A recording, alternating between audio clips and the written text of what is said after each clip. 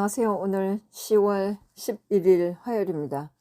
오늘 10시 20분 중앙법원에서 오종찬 기자와 479명 그리고 나중에 보니까 이호림이라는 분이 또 같이 했더라고요.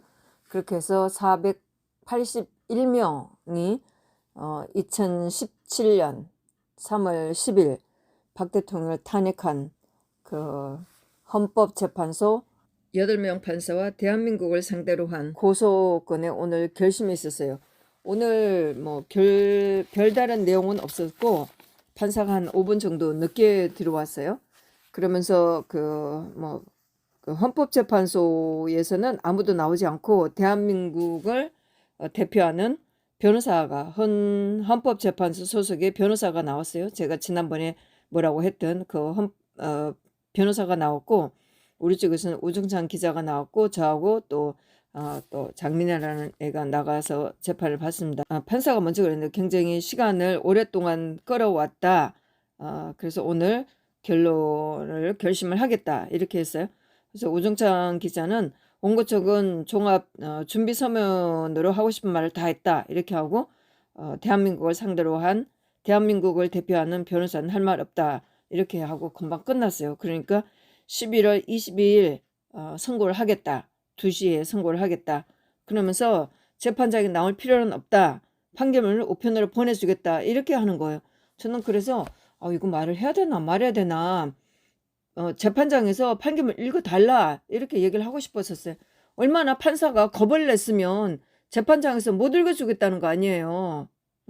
사실 재판장에 온 사람도 없어서 뭐 읽어줘도 뭐 별 내용은 없겠지만 별 이상은 없겠지만은 그래도 자기가 당당하면 재판장에서 그 읽어줘야 되는 거 아니에요? 읽어주지 못하고 판결문 우편으로 보내준다는 거예요. 끝까지 나오면서도 이거 뭐라고 얘기해야 되나 말해야 되나 하는 생각을 했지만은 뭐 오종찬 기자도 아무 얘기를 안 하고 하니까 저도 나왔는데 나중에 생각하니까 아니 저도 당당한 원고인데 재판장에서 판결문 읽어줘야 될 거 아니에요. 자기가 당당하면 못 읽어줄 게 뭐가 있어요. 오늘 기자들은 한 사람도 없었고 매번 그렇듯이 뭐 재판장에는 사람이 없었었죠. 뭐 대법원 그 사이트에 들어가 보니까 그 481번째로 소송을 공동소송인으로 되어 있는 이호림이라는 분이 있는데 이분이 열렬히 법정에 이거 뭐라고 해야 되나 이런 문서를 냈더라고요. 2020년 5월 6일 원고의 공동소송 참가 이호림 판사 없어 정신병자 새끼들 허위 재판질 제출. 그 다음에 또 5월 7일 2020년 5월 7일 원고의 공동소송 참가 이호림 허위 재판 끝판왕 제출. 그 다음에 또 5월 7일 또 같은 날 허위 재판질뿐만 아니라 허위 공무질 제출. 또 5월 14일 무정부로 운영하는 정신병자들 제출. 5월 14일 시발 여긴 섹스 민국이야 무정부 개새끼들아 제출. 5월 14일 또 명령질 하면 전기로 지져 죽인다 10세들아. 5월 14일 조선시대로 회귀했네 일반인도 재판질 제출. 5월 19일 이호림 판사의 검사라고 구라치던 세무사 새끼들. 5월 21일 허위 재판질 계속하네.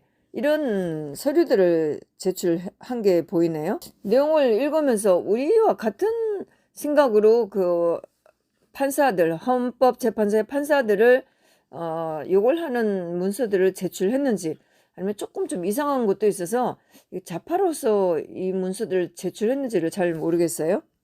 이 헌재 재판에 대해서 물론 뭐 저희는 엉터리로 생각하고 있는데 그 당시에 8명 판사들의 주소가 명확하지 않아서 재판 진행 중에도 뭐 그 판사들의 의견을 받는데 시간이 좀 걸렸고 마지막으로 김희수가 끝까지 주소가 확인이 안 돼서 마지막까지 문서가 전달이 굉장히 좀 힘든 사람이 있었는데 판사가 있었는데 이 사람이 마지막에 답변을 했어요. 그러면서 이 사람이 주장하기를 대부분 판례에 따라서 국가 배상 책임이 인정되려면 헌법재판관이 위법한 결정을 했거나 권한을 명백히 어긋나게 행사한 사실이 증명돼야 한다.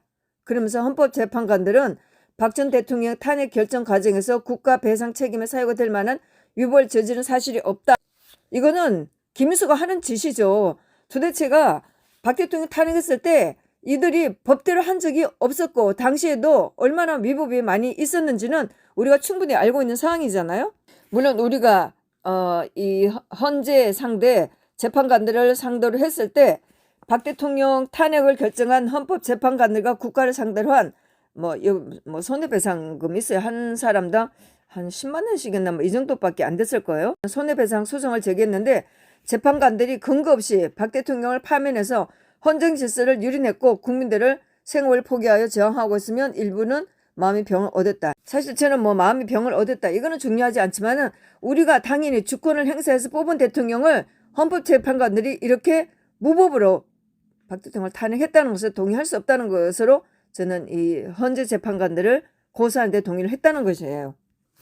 오늘 판사가 재판장에서 판결문을 읽지도 못하는 것으로 봐서 뭐 판결문 어떻게 나올지는 뻔히 알겠어요. 그리고 뭐 지금 그 판사가 용감하게 할 것 같지도 않아서 결정이 어떻게 나올지는 알겠지만은 이 판사 역시 마찬가지로 헌법재판 그 판사들과 마찬가지로 역사에 아주 더러운 이름을 남길 그런 판사가 될 겁니다. 우종찬 기자가 종합준비서면을 냈다고 한 것은 우종찬 기자의 인터넷에 들어가 보시면 출팍원.com에 들어가서 보시면 이 전문을 볼 수가 있습니다. 헌법재판관 상대 손해배상 소송 종합준비서면 공개 여기서 볼 수가 있습니다.